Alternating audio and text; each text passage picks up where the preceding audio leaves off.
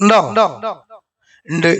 എന്നാല് ബാപ്പാർ അതിന്റെ അപ്പുറത്ത് കിടന്നുറങ്ങണം അല്ലേ? കുട്ടികളാണ് നോളിച്ചാ തുടങ്ങിയ കൊണ്ടുപോകത്തില്ല പീക്കാ കുഞ്ഞനെ മാതിരി വച്ചത് അപ്പുറത്ത് നോക്കോ അല്ലെങ്കിൽ മൂപ്പര് അപ്പുറത്ത് നോക്കോ. ബാപ്പാർക്ക് കുട്ടികളൊക്കെ കയ്യോ പ്രസവിച്ച് പാലൂട്ടി താരാട്ടി കുട്ടികളെ നോക്കണമെങ്കിൽ ഉമ്മാർക്ക് കഴിയും. അതുകൊണ്ടാണ് ഉമ്മുക്ക ഉമ്മുക്ക ഉമ്മുക്ക എന്ന് 3 വട്ടം പറയും. അപ്പൊ സ്വർണ്ണ മെഡലും വെള്ളി മെഡലും വെങ്കല മെഡലും ആർക്കാ? ഉമ്മയുടെ കാൽച്ചുവട്ടിലാണ് സ്വർഗമെന്ന് റസൂലുള്ളാഹി സ്വല്ലല്ലാഹു അലൈഹി വസല്ലം പറയാനുള്ള കാരണം മനസ്സിലായപ്പോ? മനസ്സിലായി. ചെറുക്കെ മനസ്സിലായിട്ടും കാര്യമില്ല. ഏറ്റവും കൂടുതൽ ദേഷ്യം പിടിക്കൽ ആരോടാ? പുട്ടുമ്പൊമ്പ് കാട്ടിൽ ആരോടാ? അനുസരണക്കേട് കാണിക്കാൻ ആരോടാ? ഉമ്മാനോടാണോ വാപ്പാനോടോ? ഉമ്മാനോട് അല്ലേ? ഒന്നാലോചിച്ച് നോക്കിക്കോ. ശരിക്ക് ഈ സിഗരറ്റ് വലിക്കാൻ പാടില്ല, ബീഡി വലിക്കാൻ പാടില്ല, കള്ളുടിക്കാനൊന്നും പാടില്ലല്ലോ. പക്ഷെ ചില ചെക്കന്മാര് അല്ലെ 15-20 വയസ്സായാലും കുട്ടികളെ കൂടിയാണ് എന്ത് ചെയ്യും? സിഗരറ്റ് വലിക്കും അല്ലേ? നിങ്ങളങ്ങനെ വലുതായി വലിച്ചോ? വലിക്കൂല. ചിലവരെ ബാപ്പാര് വലിക്കും. അപ്പൊ ചിലവര് പറയും എന്റെ ബാപ്പ വലിക്കണ്ടേ പിന്നെ എനിക്ക് വലിച്ചാല് അങ്ങനെ പറ്റുമോ? ബാപ്പ വലിച്ചിട്ട് നരകത്ത് പോകുകയാണെങ്കിൽ ഇതും വലിച്ച് നരകത്ത് പോരാ പറ്റൂല. ബാപ്പാനോട് പറഞ്ഞു കൊടുക്കുക, ബാപ്പ അത് തെറ്റാണ്, നിങ്ങൾ വലിക്കാൻ പാടില്ല. അല്ലാതെ ബാപ്പ വലിക്കുന്നത് ഞാനും വലിക്കട്ടെ അറിയാൻ പറ്റൂല. ഇല്ലല്ലോ, ഇല്ല.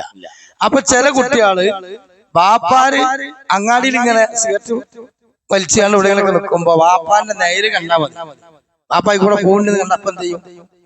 ഇങ്ങനെ വലിച്ചു കുത്തിയാണ് എന്ത് ചെയ്യും? കാലുകൊണ്ട് ചവിട്ടി ആ പുറക്കാണ് പോകും അല്ലേ? എന്നാലും അമ്മമാര് അപ്പുറത്തുണ്ടെങ്കിൽ പാപ്പൊന്നുമില്ല, അമ്മ ചെക്കാണെങ്കിലോ എന്തെയും വലിച്ചാണ്ട് മനമൂത്തക്ക് ഊതും. ശരിക്ക് ബാപ്പ സിഗരറ്റ് വലിക്കണീന്റെ പരിസരത്തുണ്ടെങ്കിൽ ബാപ്പാനെ പേടിച്ച് സിഗരറ്റ് താഴത്ത് കെട്ടി ചവിട്ടി കൂട്ടിയ ഓനെ ഉമ്മള്ള പഞ്ചായത്തിൽ എടുക്കാൻ പാടില്ല, ഉമ്മള്ള പഞ്ചായത്തിൽ തന്നെ വലിക്കാൻ പാടില്ല. എന്ന് പറഞ്ഞാൽ പാപ്പാനേക്കാൾ സ്ഥാനം ആർക്കാ? ഉമ്മാക്ക. പക്ഷെ അമ്മാരോടാണ് എല്ലാ തരത്തിലുള്ള കണ്ണുറ്റലും പേടിപ്പിച്ചലും ചീത്തറിയലും അനുസരണക്കേട് കാണിക്കലും ഇടങ്ങാറാക്കലൊക്കെ കുട്ടികൾ അറിയണം. അപ്പൊ ഇനി നമ്മളത് തുടരും. നീ ക്ലാസ് കഴിഞ്ഞ് പോയിട്ടു അതേമാതിരി തന്നെയാണോ? അതല്ല അമ്മാനെ കെട്ടിപ്പിടിച്ചൊരു ഉമ്മ കൊടുക്കോ? ഖുർആന് പറഞ്ഞിങ്ങനെ, ഹദീസ് പറഞ്ഞിങ്ങനെ, മൗലവി ക്ലാസ് നമുക്ക് മനസ്സിലായി ഇത്ര പ്രയാസമുള്ള ഒരവസ്ഥയിലാണ് ഞങ്ങൾ അമ്മ നോക്കുന്നത് എന്ന് തോന്നിയിട്ട് നിങ്ങൾക്ക് ഉമ്മാനോട് സഹതാപം തോന്നിട്ട് ഇന്ന് പോയിട്ട് ഉമ്മാന്റെ കവിൾത്തടത്തില് 2 ഉമ്മ കൊടുക്കണം. ഇടത് ഭാഗത്തും വലത് ഭാഗത്തും. തയ്യാറാണോ? തയ്യാറാ പറഞ്ഞോളൂ. കൊടുക്കൂലേ? കൊടുക്കണം. നിങ്ങൾക്ക് സ്വർഗം കിട്ടും. അല്ലാഹു സ്വർഗം നമുക്ക് തരും കേട്ടോ. അപ്പോ എന്തുകൊണ്ടാണ് മാതാപിതാക്കളെ നിങ്ങൾ പുണ്യം ചെയ്യണമെന്ന് അല്ലാഹു തആല പറയാനുള്ള കാരണം മനസ്സിലായില്ലേ? ഇനി സൂറത്ത് ഇസ്രാ വീണ്ടും ആ അധ്യായത്തിലേക്ക് തന്നെ വരും. ആ സൂറത്തുൽ ഇസ്രായിലെ 23-ാമത്തെ ആയത്തിന്റെ 2-ാമത്തെ ഖണ്ഡിക ഞാനൊന്ന് വായിച്ചു കേൾപ്പിച്ചുതരാം. കേട്ടോളൂ. അല്ലാഹു തആല പറഞ്ഞു, വഖദാ റബ്ബുക, അല്ലാഹു വിധിച്ചിരിക്കുന്നു എന്ത്? അല്ലാ തഅബുദു ഇല്ലാ ഇയ്യാ, അല്ലാഹുവല്ലാതെ നിങ്ങൾ വേറെ ആരെയും ആരാധിക്കാൻ പാടില്ല. വബിൽ വാലിദൈനി ഇഹ്സാന, നമ്മൾ പറഞ്ഞു മാതാപിതാക്കൾക്ക് നിങ്ങൾ പുണ്യം ചെയ്യണമെന്നും അല്ലാഹു കൽപ്പിച്ചിരിക്കുന്നു. എന്നിട്ട് അല്ലാഹു പറയുന്നത് കേട്ടോളൂ. ഇമ്മാ യബ്ലുവന്ന ഇൻദകൽ കിബ്റ അഹദഹുമാ ഔ കിലാഹുമാ, അവരിൽ ഒരാളോ അല്ലെങ്കിൽ 2 പേരോ വാർദ്ധക്യം പ്രാപിച്ചുകൊണ്ട് നിങ്ങളുടെ അരികിൽ വന്നാൽ എന്ന് പറഞ്ഞാൽ നിങ്ങൾ വലുതാവും. നിങ്ങളിപ്പോ പഠിക്കുകയാണ് അല്ലേ? നിങ്ങൾ പഠനം കഴിഞ്ഞ് ഒരു 22, 23 ഒക്കെ വയസ്സാകുമ്പോ അല്ലെങ്കിൽ 25 വയസ്സൊക്കെ ആകുമ്പോ എന്ത് ചെയ്യും? നിങ്ങളെ കെട്ടിക്കും അല്ലേ? നിങ്ങൾ വിവാഹം കഴിക്കൂലേ? അതേപോലെ കുട്ടികൾ വലുതാവും, ഒരു വിവാഹം കഴിക്കൂലേ? വരും. നിങ്ങൾക്ക് ഭർത്താക്കന്മാര് വരും, ഇവർക്ക് ഭാര്യമാര് വരും അല്ലേ? ഞങ്ങൾക്ക് ഭാര്യമാര് വന്നില്ലേ? നിങ്ങളമ്മമാർക്ക് ഭർത്താക്കന്മാര് വന്നില്ലേ? ഇതേപോലെ നിങ്ങൾക്ക് വരൂല എന്ന് പറയാൻ പറ്റില്ല, വരും. ഇതൊരു പ്രക്രിയ വരും. അപ്പൊ എന്ത് ചെയ്യും? ഇപ്പം നമ്മളമ്മക്ക് വയസ്സ് എത്രയാണ്? 35, 37, 40 ഒക്കെയാണ് അല്ലേ? നിങ്ങൾ കല്യാണം കഴിച്ച് കുറച്ച് കഴിയുമ്പോമാർക്ക് എന്താവും? 45, 50 ഒക്കെ വയസ്സാവും അല്ലേ? പിന്നെ നിങ്ങൾക്ക് ഒരു കുട്ടികളെ പേരെ കുട്ടികളൊക്കെ ഉണ്ടാവുമ്പോ എന്താവും? 60 വയസ്സൊക്കെ ആവും. അപ്പൊ ശരീരം എന്ത് ചെയ്യും? ആരോഗ്യമൊക്കെ കുറയും, തോലൊക്കെ ചുളിയാൻ തുടങ്ങും, കണ്ണിനെ കാഴ്ച കുറയും, മുടി നരക്കും അല്ലേ?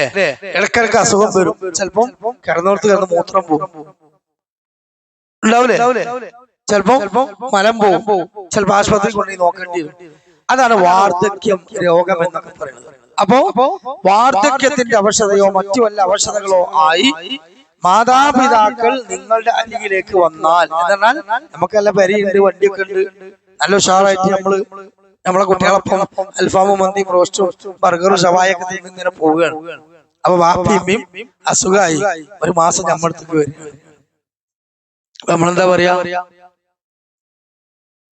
ഞാന് വേറൊരു കോട്ടേഴ്സ് എടുത്തരാം, അവിടെ ഒരു വേലക്കാരത്തിൽ നിർത്തി തരാം, നിങ്ങള് പൈസയും കൊടുത്തോളാം, ഞങ്ങൾക്ക് നോക്കാൻ പറ്റൂല, അറിയാൻ പറ്റൂല.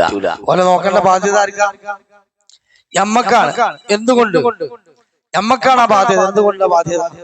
അവര് നമ്മളെ ഗർഭം ധരിച്ച് പ്രസവിച്ച് നമുക്ക് പക്വത എത്തുന്നവരെ നമ്മൾ നോക്കിയവരാണ് അല്ലേ? അതുകൊണ്ട് തിരിച്ചങ്ങോട്ട് നോക്കല് നമ്മളെ ബാധ്യതയാണ്. അതാണ് അല്ലാഹു തആല പറയുന്നത്, അവരോട് വാർദ്ധക്യമായി നിങ്ങൾ അരികിലേക്ക് വന്നാൽ ഫലാ തഖുൽ ലഹുമാ ഉഫ്ഫിൻ വലാ തൻഹർഹുമാ. ഫലാ തഖുൽ ലഹുമാ, നിങ്ങൾ അവരോട് പറഞ്ഞു പോകരുത്. ഉഫ്ഫിൻ, എന്താ ഉഫ്ഫിൻ എന്ന് പറഞ്ഞാൽ? എന്നൊരു വാക്ക് പോലും പറയരുത്. തൻഹർഹുമാ, തൻഹറുമാ കണ്ണുരുട്ടി നെറ്റി ചുളിക്കരുത് അല്ലേ? ഏറ്റവും കൂടുതൽ നമുക്ക് നെറ്റി ചുളിയലും കണ്ണുറ്റലും ആരോടാ കാര്യം? നിങ്ങൾ സത്യമായിട്ട് ഉമ്മാനോടല്ലേ അല്ലേ? നെറ്റി വേഗം ചുളിയല് ഉമ്മാനെ എന്തേലും പറയുമ്പോഴല്ലേ? ആണോ അല്ലേ? ആണ്. വാപ്പ പറഞ്ഞാൽ നെറ്റി ചുളി, ഏട്ടത്തി പറഞ്ഞാൽ ചുളി, കാക്ക പറഞ്ഞാൽ ചുളി, അതിലൊക്കെ നമുക്ക് പ്രശ്നമല്ല. നമ്മള് ലോകിയായിട്ടു ഉമ്മ എന്തേലും പറഞ്ഞ അപ്പൊ നെറ്റി ചുളി. അപ്പൊ നമ്മളെ കണ്ണിങ്ങനെ തുറച്ചു, നമ്മള് ചുണ്ടൊക്കെ ഇങ്ങനെ മോട്ടിയാട്ടി എന്ത് ചെയ്യും? ഭയങ്കരമായിട്ട് തർക്കിച്ചു. അപ്പൊ അള്ളാഹു നമ്മളോട് കൽപ്പിക്കുകയാണെന്ന്, ഫലാ തഖുൽ ലഹുമാ, നിങ്ങൾ പറഞ്ഞു പോകരുത്. ഉഫ്ഫിൻ എന്നെന്താ? എന്ന വാക്കിന് പണ്ഡിതന്മാര് നൽകിയ ഒരു വ്യാഖ്യാനം കേട്ടാൽ നമുക്ക് അത്ഭുതവും പേടിയും തോന്നും.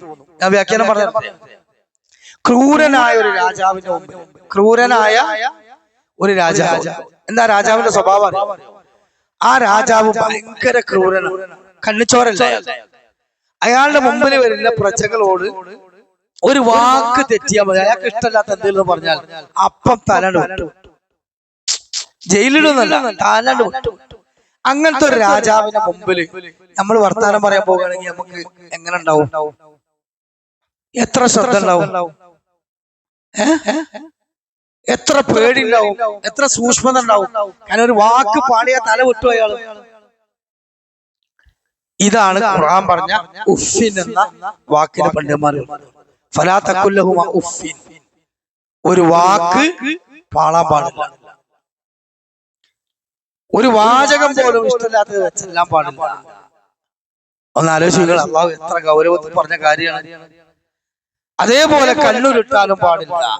ഉമ്മമാരെ തുറിച്ചു നോക്കൽ വൻപാപമാണ്. എന്താണ് വൻപാപം? എന്നാലും നമ്മൾ പറഞ്ഞില്ലേ, ഇന്നലെ വന്ന കുട്ടികള് ശിർക്ക് തൗഹീദിനെ പറ്റി പറഞ്ഞപ്പോ ഞാൻ പറഞ്ഞു, ഇജ്തനിബൂ സബഉൽ മുബിഖാത്ത്, 7 വൻപാപങ്ങൾ നിങ്ങൾ എന്ത് ചെയ്യണം? പാടെ ഒഴിവാക്കണം. അതിലൊരു വൻപാപം ഏതാ? ഉഖൂഖുൽ വാലിദൈൻ, മാതാപിതാക്കളെ ഉപദ്രവിക്കൽ. അത് വടിയെടുത്ത് അടിക്കൽ മാത്രം ആണോ? കാലോട് ചവിട്ടല അല്ല, നോക്കൽ, തുറിച്ചു നോക്കൽ വൻപാപമാണ്. ഇഷ്ടമില്ലാത്ത സ്വരത്തിൽ സംസാരിക്കൽ വൻപാപമാണ്. മനസ്സിനെ മാന വേദനിപ്പിക്കൽ വൻപാപമാണ്. ഒക്കെ വൻപാപമാണ്. ഇത്ര ഗൗരവമാണ്. അള്ളാഹ് പറയാണ്, ഫലാ തഖുൽ ലഹുമാ ഉഫ്ഫിൻ വലാ തൻഹർഹുമാ, നിങ്ങള് തുറിച്ചു നോക്കാനോ എന്ന വാക്ക് പറയാനോ പാടില്ല. പിന്നെ നിങ്ങൾ എന്താ ചെയ്യേണ്ടത്? വഖുൽ ലഹുമാ ഖൗലൻ കരീമാ, വഖുൽ ലഹുമാ, നിങ്ങൾ പറയണം ഖൗലൻ കരീമാ, മാന്യമായ വാക്ക് മാത്രം. മാന്യത ഉള്ള വാക്യം പറയാൻ പറ്റും. ഉമ്മാര് പഴഞ്ചന്മാരാണ്, ന്യൂ ജനറേഷന്മാരല്ല. നിങ്ങളൊക്കെ ന്യൂ ജനറേഷന്മാരായിട്ട് വരിക. നമ്മളന്മാരൊക്കെ ഓൾഡ് ജനറേഷനാണ്, പഴഞ്ചന്മാരാണ്. ഓൾക്ക് നിങ്ങൾക്ക് വിദ്യാഭ്യാസം ഉണ്ടാവും ഇല്ല. അപ്പൊ ഓലെ വർത്താനം ചിലപ്പോ നാടൻ വർത്താനം, ഇംഗ്ലീഷ് പറയാൻ തെറ്റും അല്ലേ? ഓൾക്ക് ചിലപ്പോ ഇംഗ്ലീഷ് പറയാൻ അറിയില്ല, മലയാളം തന്നെ ചിലപ്പോ വാക്കുകളൊക്കെ പോരാ ഉണ്ടാവും. അപ്പൊ നമ്മളമ്മമാര് വല്യമാരൊക്കെ അങ്ങനെ എന്തെങ്കിലും പറഞ്ഞ പോലെ കളിയാക്കല അല്ല. ഓരോട് നമ്മൾ സംസാരിക്കുമ്പോ നമ്മളെ ബ്രോനോടും ചങ്ക് ബ്രോനോടും ഫ്രണ്ടുകളോടൊക്കെ സംസാരിക്കുന്ന പോലെ എന്തെങ്കിലുമൊക്കെ പിന്നെ കോഡ് നെയിമോ മോശപ്പെട്ട വാക്കോ ഒക്കെ പറയാൻ പറ്റുമോ? പറ്റൂല. പിന്നെ നല്ല വാക്ക് നിങ്ങൾ പറയണം, നല്ല വാക്ക്. ഇനി ഓരോ മുമ്പിൽ നമ്മൾ വാക്ക് പറയുന്നതോടൊപ്പം തന്നെ നമ്മൾ പറയേണ്ടത് എന്താ? അടുത്തത് അല്ലാഹ് പറയാണ് 24-ാമത്തെ ആയത്ത്,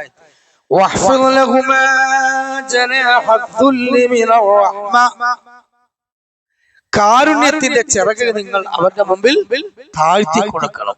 കാരുണ്യത്തിന്റെ ചിറകാണ് അതിനകത്ത് ഏറ്റവും വിനയമുള്ള സ്വഭാവം കാണിച്ച് അവരെ നിങ്ങൾ ആ സ്നേഹലാളനയുടെ കൈത്തണ്ടകളിൽ നിങ്ങൾ കൂട്ടിപ്പിടിക്കണം.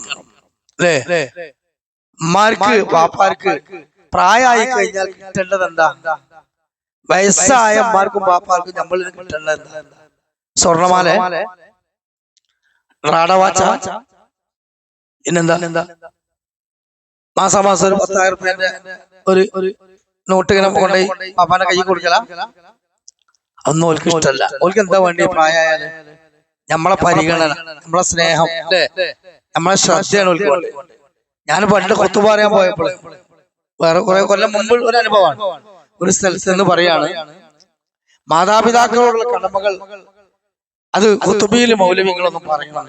അപ്പൊ അയാളുടെ രഹസ്യമായിട്ട് അന്വേഷിച്ചപ്പോൾ അയാൾ പറയണമെന്ന്, മൗലവി ഇത് വർഷം 20 കൊല്ലം മുമ്പുള്ള കാര്യമായിട്ട് പറയുന്നത്, 25,000 രൂപയ്ക്ക് എന്റെ മോൻ എനിക്ക് കൊണ്ടുവന്നതാണ് ഈ വാച്ച്, റാഡ വാച്ച്. അന്ന് റാഡ വാച്ച് എന്നൊക്കെ പറഞ്ഞാൽ ഒരു വലിയ മുതലാളിമാർ കിട്ടുന്ന വാച്ച അല്ലേ? ഇന്നിപ്പോ റാഡ വാച്ച് തെങ്ങ് കയറുന്ന രാജന്റെ അടുത്ത് വരെ ഉണ്ടാവും. ഇന്നിപ്പോ അത് നോക്കണ്ട, ഐഫോൺ വരെ ഓൻ്റെ അടുത്താണ്. കാരണം എപ്പോഴും തെങ്ങുമ്പോൾ അതുകൊണ്ട് റേഞ്ച് തോന്നെ കിട്ടാൻ വേണ്ടിട്ട്. അപ്പൊ റാഡ വാച്ച് കെട്ടിയിട്ട് അയാൾ പറയാനുണ്ട്, മൗലവി കണ്ടെങ്കിൽ കഴിഞ്ഞ ആഴ്ച എന്റെ മോന് അയച്ചു കൊടുത്താൽ എനിക്ക് അയച്ചാണ്. എന്തിനാ എനിക്ക് ഓൻ്റെ റാഡ വാച്ച്? ഓന്റെ ഭാര്യക്ക് ഫോൺ ചെയ്യുമ്പോ ഇന്റെ വിവരം അന്വേഷിച്ചാൽ മതി. പാപ്പ പറയാ, ഓൻ അവിടെ അങ്ങാടിയിൽ സ്ഥലം എടുത്തിരുന്നത് ഓന്റെ ചങ്ങായിമാര് പറയുമ്പോഴാണ് ഞാൻ അറിയുന്നത്, എന്നോട് പറഞ്ഞിട്ടില്ല. അപ്പൊ ആ വാപ്പാന മകൻ റാഡ വാച്ച് കൊടുത്തില്ല. വാപ്പാന്റെ മനസ്സ് നിറഞ്ഞോ? വാപ്പാന്റെ മനസ്സിൽ വേദന പോയോ? മോനോട് സ്നേഹം ഉണ്ടായില്ല. ഒരു ഉമ്മ പറയാണ് ഇതേപോലെ ഇങ്ങനെ കാണിച്ചു, 5 പവന്റെ മാലയാണ്. 5 പവന് എത്ര ഉണ്ടാവും? മോനെനിക്ക് തന്ന. എന്തിനാ എനിക്ക് ഓന്റെ 5 പവന്റെ മാല? ഓന് ഗൾഫിൽ നിന്ന് 1 മണിക്കൂർ ഓന് പെണ്ണുങ്ങൾക്കും കുട്ടികൾക്കും നെറ്റിൽ ഫോൺ ചെയ്യുമ്പോ ഒരു 5 മിനിറ്റ് ഇന്റെ വിശേഷം ചോദിച്ച് എന്നോടൊന്ന് സംസാരിച്ചാൽ മതി. അപ്പൊ അമ്മാക്ക് റാഡ വാച്ച് മാല കൊടുത്തിട്ട് മനസ്സ് നിറഞ്ഞില്ല. ആ വാപ്പാക്ക് റാഡ വാച്ച് കൊടുത്തിട്ട് മനസ്സ് നിറഞ്ഞില്ല. എന്താ വാപ്പാക്ക് കിട്ടണ്ടേ? അമ്മക്ക് കിട്ടണ്ടേ? ദുനിയാവല്ല, പിന്നെന്താ? നമ്മളെ തലോടലാണ്, നമ്മളെ പരിഗണനയാണ്. മക്കളൊക്കെ പിന്നെ വിവാഹം കഴിച്ച് മക്കളൊക്കെ ആയി വീടും ചുറ്റുപാടും സെറ്റപ്പ് ഒക്കെ ആകുമ്പോ നമ്മളെ മാതാപിതാക്കൾ ഹയാത്തിലുണ്ടെങ്കിൽ പ്രായമുള്ളവരേക്ക് അപ്പൊ നമ്മളെന്താ ചെയ്യാ? വൃദ്ധസദനത്തിൽ കൊണ്ടേയാക്കും. ചെറുപ്പത്തിൽ ഞങ്ങൾ ഹോസ്റ്റലിൽ കൊണ്ടേയാക്കിയല്ലേ, ഞങ്ങൾ കടക്കി വൃദ്ധസദനത്തിലാണ്. വൃദ്ധസദനം എന്താ? മാതാപിതാക്കൾ പ്രായമാകുമ്പോ കൊണ്ടേയാക്കണ ഹോസ്റ്റലാണ് അല്ലേ? അത് ക്രിസ്ത്യാനികളിലാണ് ഏറ്റവും കൂടുതലുള്ളത്, ഹിന്ദുക്കളിലും. ഇപ്പൊ പുതിയ കണക്ക് പറയുന്നത് മുസ്ലിം സമുദായത്തിലാണ് ഏറ്റവും കൂടുതൽ. ഖുർആൻ ഏറ്റവും കൂടുതൽ, ഹദീസിൽ ഏറ്റവും കൂടുതൽ അള്ളാഹുവിനോടുള്ള ബാധ്യത കഴിഞ്ഞാൽ പിന്നെ അള്ളാഹു റസൂല് പഠിപ്പിച്ച ഒരു ബാധ്യതയാണ് മാതാപിതാക്കളോടുള്ള ബാധ്യത. ആ പഠിപ്പിക്കപ്പെട്ട ആ ഖുർആന്റെ അനുയായികളിലാണ് ഇന്ന് കൂടുതൽ വൃദ്ധസദനം എന്ന് പറഞ്ഞാൽ അന്ത്യനാളിന്റെ അടയാളാണ്. അന്ത്യനാളിന്റെ അടയാളാണ് മാതാപിതാക്കൾ അവഗണിക്കുന്ന മക്കൾ വരും എന്ന് ആര് പറഞ്ഞിട്ടുണ്ട്? മുഹമ്മദ് മുസ്തഫ സല്ലല്ലാഹു അലൈഹി വസല്ലം പറഞ്ഞിട്ടുണ്ട്. അപ്പൊ എന്താ നമ്മൾ ചെയ്യേണ്ടത്? ഖുർആൻ ഇവിടെ കൽപ്പിച്ച ഈ ആയത്തിൽ എന്താ പറയുക? നിങ്ങൾ കാരുണ്യത്തിന്റെ ചിറക് അവരുടെ മുമ്പിൽ താഴ്ത്തി കൊടുക്കണം. നിങ്ങൾ കഴിഞ്ഞാലോ അത് മാത്രം പോരാ, വഖുൽ റബ്ബിർഹംഹുമാ കമാ റബ്ബയാനി സഗീറാ. വഖുൽ, നിങ്ങൾ അവർക്ക് വേണ്ടി അല്ലാഹുവോട് എന്ത് ചെയ്യണം? പ്രാർത്ഥിക്കണം. എന്താ അല്ലാഹുവോട് പറയേണ്ടത്? നിങ്ങൾ റബ്ബിർഹംഹുമാ കമാ റബ്ബയാനി സഗീറാ. അല്ലാഹുവേ, ഞങ്ങളെ ചെറുപ്രായത്തിൽ അവര് സ്നേഹിച്ച് പരിചരിച്ച് വളർത്തിയതുപോലെ നമ്മളോട് ദേഷ്യം കാട്ടിക്കണം ചെറിയ പ്രായത്തിൽ അല്ലേ? അങ്ങനെ വളർത്തിയതുപോലെ റബ്ബേ നീ അവർക്ക് കരുണ ചൊരിയ, അവരോട് നീ കരുണ കാണിക്കണം, അവരുടെ അമല് നീ സ്വീകരിക്കണം, അവർക്ക് നീ ആരോഗ്യം കൊടുക്കണം, അവരുടെ ഖബർ നീ വിശാലാക്കണം, അവർക്ക് സ്വർഗം കൊടുക്കണം. ആർക്ക് വേണ്ടി പ്രാർത്ഥിക്കണം? മാതാപിതാക്കൾക്ക് വേണ്ടി. ആര് പ്രാർത്ഥിക്കണം? മക്കളായ നമ്മൾ പ്രാർത്ഥിക്കണം. നിങ്ങൾ പ്രാർത്ഥിക്കലുണ്ട് അമ്മമാർക്കും പാപ്പാർക്കും വേണ്ടി?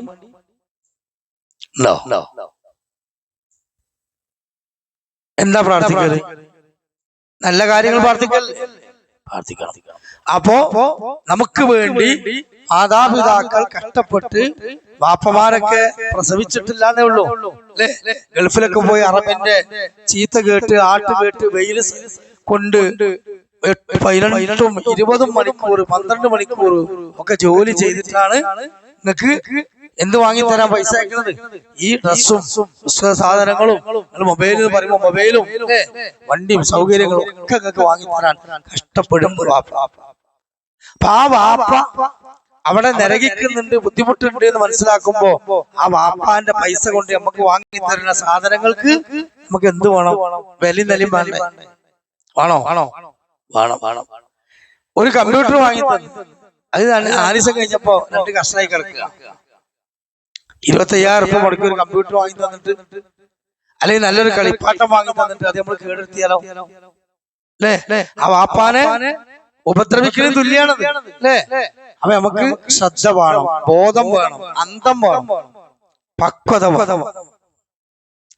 നിങ്ങൾക്കൊരു സാധനം കിട്ടാതെ, നിങ്ങൾ ആഗ്രഹിച്ചൊരു സാധനം കിട്ടാൻ വേണ്ടിട്ട് നിങ്ങൾ എല്ലാ നമ്പറുകൾക്കും അല്ലേ, എല്ലാ ട്രിക്കുകളും ഉപയോഗിക്കും. അപ്പൊ നിങ്ങളെ സ്വഭാവമൊക്കെ എന്തൊക്കെയാണ് അല്ലേ? എമ്മാനോടൊക്കെ ഭയങ്കര വാപ്പാനൊക്കെ മസാജ് ഇട്ട് കൊടുത്ത്, വാപ്പാനെ മുടിയൊക്കെ ഇങ്ങനെ ആക്കി കൊടുത്ത്, വാപ്പാക്ക് ഇങ്ങനെ മസാജ് ഒക്കെ. എന്താ എന്തോ ഒരു കാര്യം സാധിച്ചു കിട്ടാണ്ട് അങ്ങനെയുള്ള തരികിടയാണ് വേണ്ടത്. അത് വേണം, ഈ സ്നേഹപ്പെടും വേണം. ഞാൻ പറഞ്ഞതല്ല, ഞമ്മക്ക് അഭിനയം പാടില്ല, പച്ചയായി നല്ല രൂപത്തിൽ ആത്മാർത്ഥതയോട് ചെയ്യാം. അപ്പോ 17-ാം അധ്യായം സൂറത്തുൽ ഇസ്രാ 23-24 ആയത്തിൽ അല്ലാഹു തആല മാതാപിതാക്കളോടുള്ള കടമകളെ പറ്റിയും ബാധ്യതകളെ പറ്റിയും പറഞ്ഞ കാര്യങ്ങൾ എത്ര എണ്ണം? ഇതൊരു ചോദ്യമായി തന്നെ വരാനുള്ള എത്ര എണ്ണ? ഒന്നാമത്തെ അള്ളാന്റെ ആജ്ഞ, നിർദ്ദേശം എന്താണ്? മാതാപിതാക്കൾക്ക് എന്ത് ചെയ്യണം? പുണ്യം ചെയ്യണം. രണ്ടാമതായി അല്ലാഹു തആല പറഞ്ഞ എന്താണ്? അവരിൽ ഒരാളോ അല്ലെങ്കിൽ 2 പേരോ പ്രായമായി വന്നു കഴിഞ്ഞാൽ ഛേ എന്ന വാക്ക് പറയരുത് അല്ലേ? അതിനൊപ്പം തന്നെ ഉള്ള പറഞ്ഞ എന്താണ്? കണ്ണ് തുറപ്പിച്ച് നിങ്ങൾ നോക്കരുത്. മൂന്നാമത്തെ കാര്യം.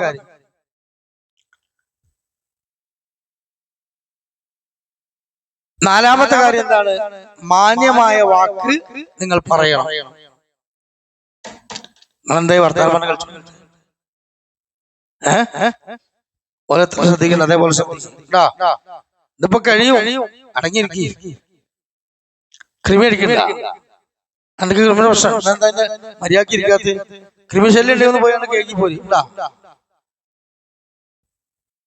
കൃമി ഉള്ളവരാണ് അങ്ങനെ കളിച്ചത്. കൃമി ഉണ്ടാ? നല്ല കുട്ടികളായി ഓലൊക്കെ ഇരിക്കണ്ടല്ലേ? അപ്പൊ നല്ല കുട്ടികളായിട്ട്. അപ്പൊ നാലാമത്തെ കാര്യം, ഇനി 5 എന്താണ്? കാരുണ്യത്തിന്റെ ചിറക് നിങ്ങൾ അവർക്ക് താഴ്ത്തി കൊടുക്കണം.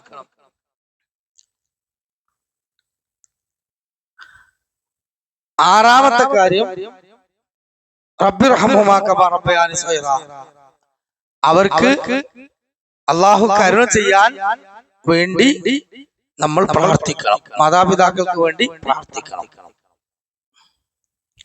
ഈ ആയത്തിൽ 6 കാര്യം അല്ലാഹു തആല എഴുതിയിട്ടില്ലെങ്കിൽ ഒന്നും കൂടി പറയാം, ഫുൾ എഴുതി കഴിഞ്ഞിട്ടില്ലെങ്കിൽ. 1, മാതാപിതാക്കൾക്ക് നിങ്ങൾ പുണ്യം ചെയ്യണം. 2, ഛേ എന്ന വാക്ക് അവരോട് പറയരുത്, അവരെ തുറിച്ചു നോക്കരുത്. മാന്യമായ വാക്ക് അവരോട് പറയണം. അവർക്ക് വേണ്ടി കാരുണ്യത്തിന്റെ ചിറകുകൾ താഴ്ത്തി കൊടുക്കണം. 6, അവർക്ക് വേണ്ടി പ്രാർത്ഥിക്കണം. എഴുതിയോ? ഇനി പറയണോ?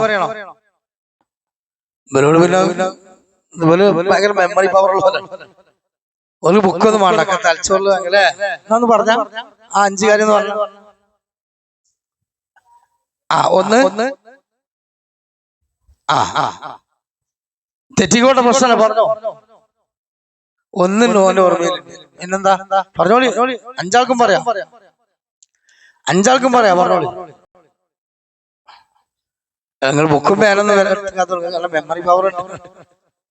ആകെ കാരണത്തിന് ചിറക് താഴ്ത്തി കൊടുക്കും. പിന്നെ അവർക്ക് പുണ്യം ചെയ്യണ്ടേ? പിന്നെ നോട്ടം തുറച്ച് പിന്നെ പിന്നെ പ്രാർത്ഥിക്കണ്ടേ? പ്രാർത്ഥിക്കണം. ഓക്കെ, അപ്പൊ നിങ്ങൾ എഴുതിയിലൊന്ന് പറഞ്ഞാൽ ഈ 5 കാര്യം പറഞ്ഞോളി.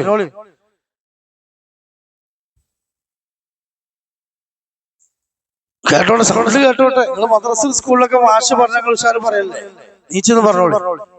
മടി കാണിക്കണ്ട, ഇത് ദീനല്ലേ, പറഞ്ഞോളൂ. അല്ല ഉഷാറിൽ വായിക്കാൻ പറ്റില്ല. അവള് വായിക്ക. ഒരു 6 കാര്യമല്ല മക്കളെ, പറഞ്ഞു.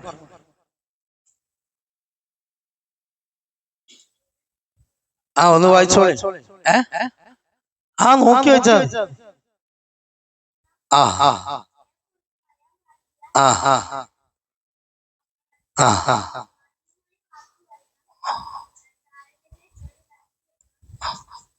അവർക്ക് വേണ്ടി പ്രാർത്ഥിക്കണം. അതാണ്. അപ്പൊ ഈ സൂറത്ത് നമ്മളെ വിഷയത്തിൽ എടുത്തു. അപ്പൊ ഇന്ന് നമ്മള് മാതാപിതാക്കളുള്ള കടപ്പാടിനെ സംബന്ധിച്ച് ഖുർആനിന് ഏതൊക്കെ അധ്യായം എത്ര ആയത്തും പറഞ്ഞു? 17-ാം അധ്യായം സൂറത്തുൽ ഇസ്രാ 23, 24. പിന്നെ പറഞ്ഞത് ഏതാ? 31-ാം അധ്യായം സൂറത്തുൽ ലുഖ്മാനിലെ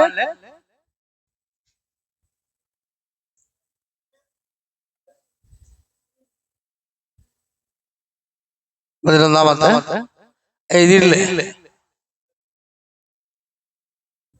ഒന്നുകൂടി ഞാൻ പറഞ്ഞുതരാം, എഴുതിയില്ലേ? എഴുതിക്കോളെ.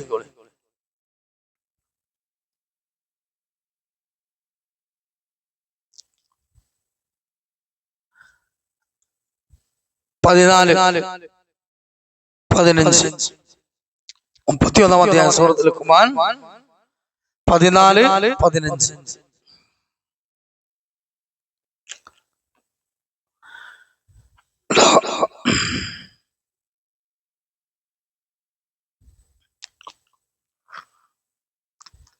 ഈ 15-ാമത്തെ ആയത്തിൽ അല്ലാഹ് പറയുന്നത് എന്താണ്? മാതാപിതാക്കൾ അങ്ങേയറ്റങ്ങള് പുണ്യം ചെയ്യണം ഒക്കെ പറഞ്ഞിട്ട് അല്ലാഹ് പറഞ്ഞു, وَإِنْ جَاهَدَاكَ عَلَىٰ أَنْ تُشْرِكَ بِي مَا لَيْسَ لَكَ بِهِ عِلْمٌ فَلَا تُطِعْهُمَا. ഇത്രയൊക്കെ സ്നേഹിക്കണം അല്ലാഹ് പറഞ്ഞ ആ മാതാപിതാക്കള് നിങ്ങളോട് ശിർക്ക് ചെയ്യാൻ കൽപ്പിച്ചാൽ, അള്ളാഹ്ക്കെതിരായി നിങ്ങൾ നടക്കണം എന്ന് പറഞ്ഞാൽ ഫലാ തുതിഉമാ, മാതാപിതാക്കൾ അനുസരിക്കണം. വേണ്ട, നിസ്കരിക്കൊന്നും വേണ്ട, പർദ്ദൊന്നും ഇടണ്ട, മുടിയൊക്കെ കാണിച്ചു നടന്നോ എന്നൊക്കെ പറഞ്ഞാൽ അനുസരിക്കണം എന്നാണോ? അനുസരിക്കാൻ പറ്റുമോ? അള്ളാഹ്ക്കെതിരായി ഒരാളെ അനുസരിക്കാൻ പാടില്ല. അതാണ് ഈ ആയത്തിൽ അല്ലാഹ് പറയുന്നത് കേട്ടോ. എന്നാ ഓൾക്ക് സ്നേഹവും ബഹുമാനവും ആദരവും ഓലെ ചികിത്സയും ഓലെ പരിഗണനയും ഒക്കെ നമ്മള് കൊടുക്കും വേണം. ഇത് അല്ലാഹു സുബ്ഹാനഹു വ തആല നമ്മളോട് പറഞ്ഞതാണ്. ഇനി ഒരു കാര്യം ഞാൻ പറയാം. എന്താണ്? റസൂലുള്ളാഹി സ്വല്ലല്ലാഹു അലൈഹി വസല്ലമ അന്ത്യനാളിന്റെ അടയാളമായി പറഞ്ഞ 2-3 ഹദീസുകൾ. ഒരു ഹദീസ് എപ്പോഴും പറഞ്ഞു. ഒരു സഹാബി വന്നിട്ട് റസൂലിനോട് ചോദിച്ചു. എന്താ ചോദിച്ചേ? ഞാൻ ഏറ്റവും കൂടുതൽ പുണ്യം ചെയ്യേണ്ടത് ആരോടാണ്? അപ്പൊ എന്താ റസൂലുള്ളാഹി പറഞ്ഞത്? എത്ര വട്ടം പറഞ്ഞു? 3 വട്ടം. പിന്നെ ചോദിച്ചപ്പോ എന്താ പറഞ്ഞു? നാലാമത്തതിന് വാപ്പാക്ക്. അതിന്റെ കാരണം എന്താന്ന് നമ്മൾ പറഞ്ഞു അല്ലേ? ഓക്കെ, ഒരു പാട്ട് നമ്മൾ പാടി. ഇനി നമ്മള് ഒരു പാട്ട് കൂടി ഞാൻ എന്നെ കൂടെ പാട്ട് അടിപ്പിക്കൂട്ടാ. ഇനി നമ്മള് ചാടിക്കായോ? ചായ അടിച്ചിട്ടാക്കാം. അപ്പോൾ ആ പാട്ട് ഒന്നുകൂടി നമുക്ക് ആസ്വദിക്കാൻ പറ്റും.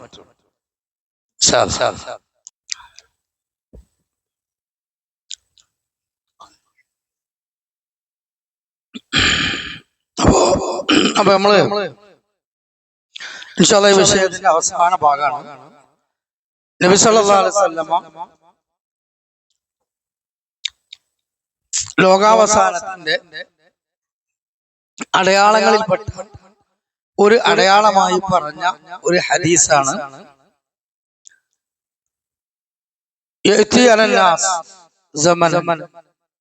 ജനങ്ങൾക്കിടയിൽ കാലം വരും.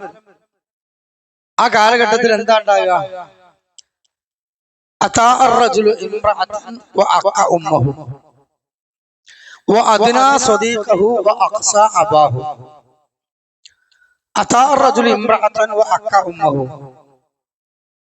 ഭാര്യമാരോട്, ഭർത്താക്കന്മാരോട് നന്നായി സ്നേഹം കാണിക്കുന്ന